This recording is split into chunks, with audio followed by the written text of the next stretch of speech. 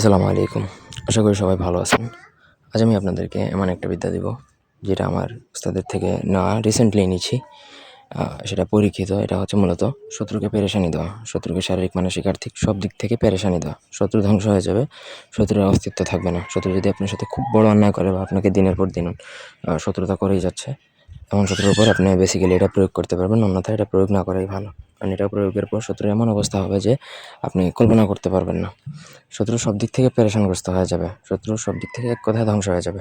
পুরো ভিডিওটা সবাই প্রত্যেকে না টেনে শেষ পর্যন্ত দেখবেন। আমার চ্যানেলটা সাবস্ক্রাইব করবেন, লাইক কমেন্ট শেয়ার করবেন।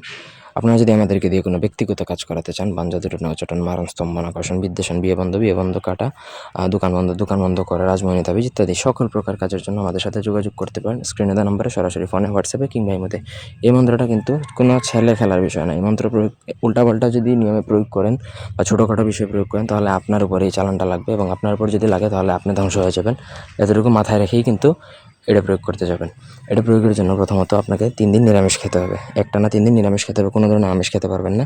3 দিন কোনো শারীরিক সম্পর্ক বা স্ত্রী সহবাস বা স্বামীর সাথে সহবাস করতে পারবেন না।